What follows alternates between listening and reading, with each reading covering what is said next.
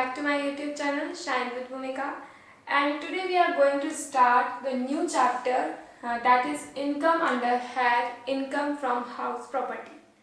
हमने जो है इनकम फ्रॉम सैलरी के अंडर जो है बहुत सारे टॉपिक्स पढ़ चुके हैं और जो इम्पोर्टेंट थे बेसिकली वो ही मैंने आपके साथ शेयर किए हैं। जो ऐसे होते हैं कि जो एग्ज़ाम में नहीं आते हैं, नहीं पूछे जाते हैं, वो मैंने आपके साथ शेयर नहीं किए हैं।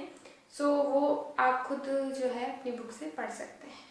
ओके, उसमें कुछ इतना इम्पोर्टेंट लगा भी नहीं मुझे, इसलिए मैंने शेयर नहीं किए।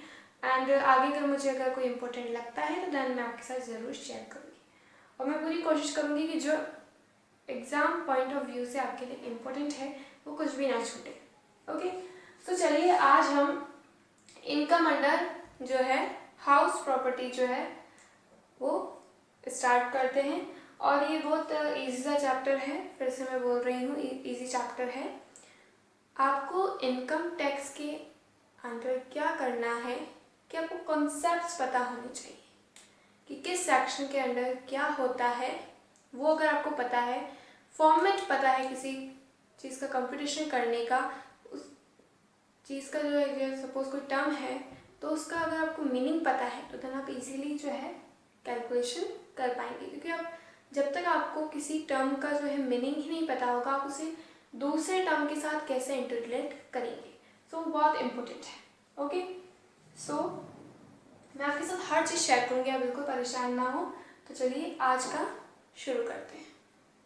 सो फर्स्ट मैंने यहाँ पर ग्रोस एनुअल वैल्यू का कंप्यूटेशन किया है, जो कि बेसिकली कंप्यूटेशन करेंगे हम हाउस प्रॉपर्टी का, taxable income from house property का।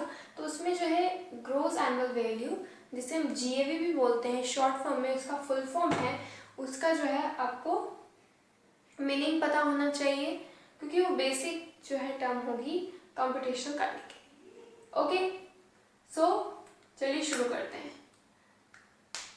सो ग्रोस एनुअल वैल्यू क्या होता है उसको पहले जानने के लिए आपको सबसे पहले एक्चुअल रेंट पता होना चाहिए, लॉस ड्यू टू वैकेंसी पता होना चाहिए। ओके, एंड देन मैं एक्सपेक्टेड रेंट बात करूंगी पहले जो है इन दोनों टर्म्स के बारे में बात करने के बाद। सो सबसे पहले एनुअल एक्चुअल रेंट क्या होता है, जिसे हम फेयर रेंट भी बोल सकते हैं। इसका मतलब होता है कि जब भी कोई पर्सन है वो किसी को भी एक सपोज कोई बिल्डिंग ही हो गई, वो रेंट पर दे रहा है, तो उससे जो भी उसे अमाउंट रिसीव होगा वो क्या हो जाएगा, वो फेयर रेंट हो जाएगा। सिंपल सी डेफिनेशन है। देन नेक्स्ट मैं बात करूंगी लॉस ड्यू टू वैकेंसी। आपने जो है एक बिल्डिंग को जो है 6 महीने तक जो है क्या किया था, रेंट पर दिया हुआ था, और उसके बाद वो 1 महीने के लिए उसमें कोई भी नहीं आया, रेंट पर आपने दिया ही नहीं, वो खाली रहा। और उसके बाद 1 महीना जब बीता तब दूसरा पर्सन आया, तो अब जो वो जिस मंथ के लिए आपने रेंट पर नहीं दी थी प्रॉपर्टी को, क्या उसका आप रेंट कैलकुलेट करेंगे? नहीं करेंगे। ओके, सो उसको क्या करना पड़ेगा, हमें जीएवी निकालने से पहले जो लॉस ड्यू टू वैकेंसी हम क्या कर देंगे, लेस करेंगे, तभी जो है उसे हम क्या बोलते हैं, जीएवी, मतलब ग्रोस जो बच गया। ठीक है, so that is what.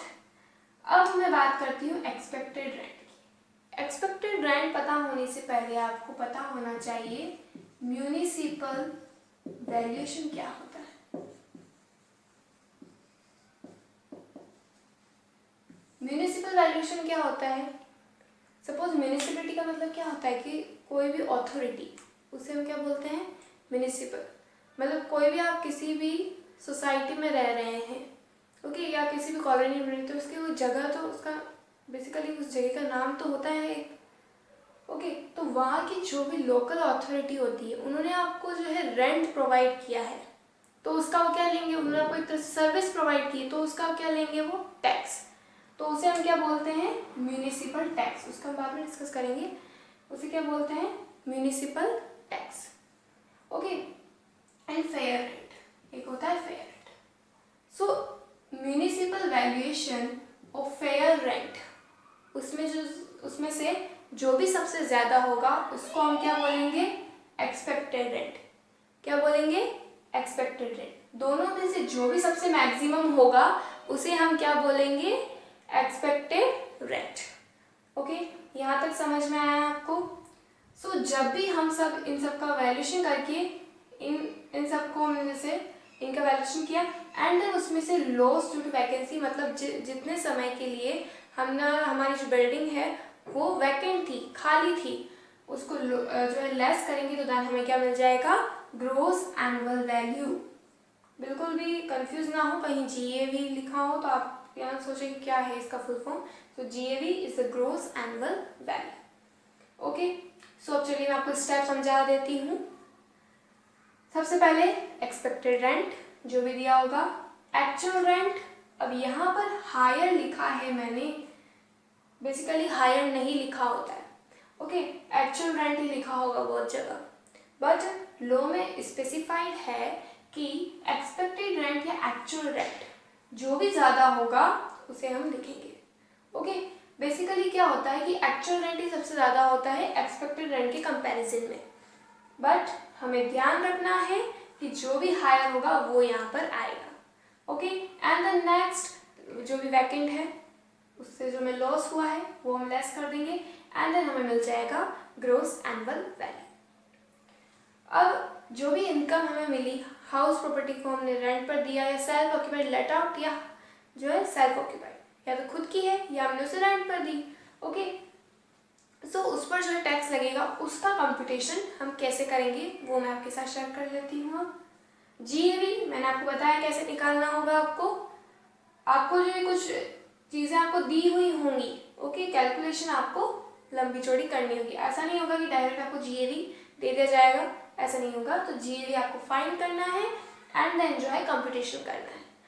Okay, then municipal taxes मैंने आपको बताया वो उसमें से लेस होंगे GAV में से, तभी हमको क्या मिलेगा, नेट मिलेगा। ये चीज़ें हम पहले भी 11th-12th में पढ़ चुके हैं। सो हमें क्या मिल जाएगा, net annual value. Okay, taxes को लेस कर ही हमें नेट एनुअल वैल्यू मिलती है। ओके, नेट किसी भी चीज़ का हमने पढ़ा है, डेप्रिसिएशन में पढ़ा है बहुत सारी जगह। Okay, and then net annual value मिल जाएगी, देन हम क्या करेंगे, डिडक्शन। अब यहाँ पर डिडक्शन के लिए कौन सा सेक्शन है, 24 पता होना चाहिए आपको, पूछा जा सकता है। फिर डिडक्शंस कौन से होते हैं हाउस प्रॉपर्टी के अंदर कंप्यूटेशन के लिए बताइए, 1 नंबर में पूछ लिया, पता होना चाहिए आपको। Deduction under section 24 and then बताएंगे आप standard deduction 30% of net annual value NAV and then interest on borrowing fund. Okay, so standard deduction कितना होगा यहाँ पर, 30% ऑफ नेट एनुअल वैल्यू। यहाँ पर जो भी अमाउंट आएगा उसका हम क्या कर देंगे, 30% कर देंगे and then interest on borrowing capital, जो भी आपने कोई बोरो की है अगर कोई भी, तो उस पर जो भी आपने इंटरेस्ट पे किया under section 24 clause B। Okay, that you will write there. Okay, and then next income from house property आपको मिल जाएगी आपकी। मुझे नहीं लगता कि यहाँ पर कुछ भी डिफिकल्ट है।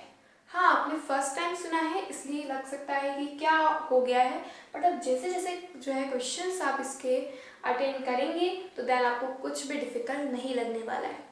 और जब सारे चैप्टर्स पढ़ लेंगे ना, तब सबसे ज़्यादा इजी जो है आपको यही चैप्टर लगेगा।